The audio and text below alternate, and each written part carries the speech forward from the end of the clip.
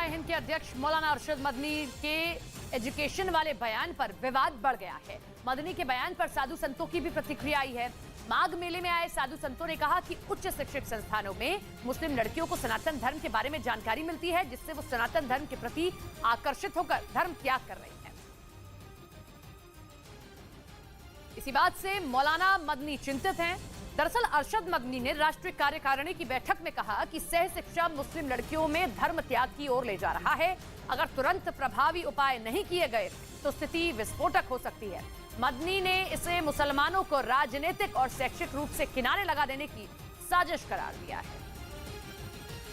मुस्लिम बहनों को बरगलाने का काम कर रहा है और कुछ नहीं। और यहाँ तक वो कह रहा है कि अलग कोई शिक्षण संस्थान और खोले जाए। भाई अभी तक तो जो मदरसे चल रहे हैं उस पर क्या शिक्षा दी जा रही है? मदरसे में शुद्ध रूप से जो शिक्षा दी जा रही है वो समाज में विद्वेष घोलने की तैयारी है, समाज में नफरत फैलाने की तैयारी है। उधर ईरान के एक सीनियर अधिकारी ने इराक के कस्र बंदरगाह पर तेजी से चल रहे निर्माण कार्य पर चिंता जताई और बयान दिया कि यह बंदरगाह ईरान के लिए खतरा है।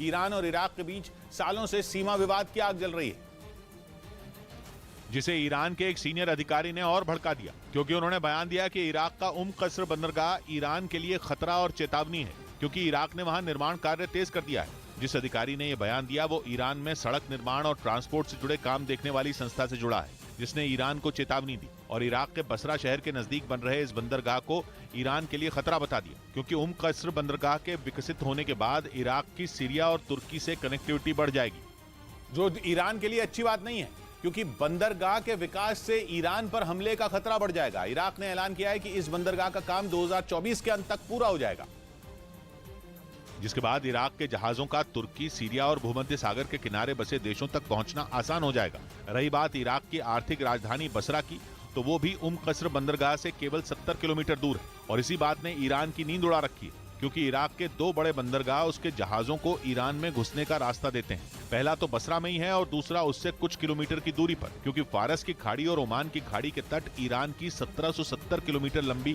दक्षिणी सीमा बनाते हैं और इराक का बसरा शहर फारस की खाड़ी के बहुत करीब है और यही बात ईरान को परेशान कर रही है। इधर हरियाणा सरकार ने आईएएस अधिकारी अशोक खेमका का 56वीं बार तबादला कर दिया। अशोक खेमका के 30 साल के करियर में ये 56वां तबादला है और इस बार उन्हें राज्य के आर्काइव्स डिपार्टमेंट के अतिरिक्त मुख्य सचिव के रूप में नियुक्त किया गया है।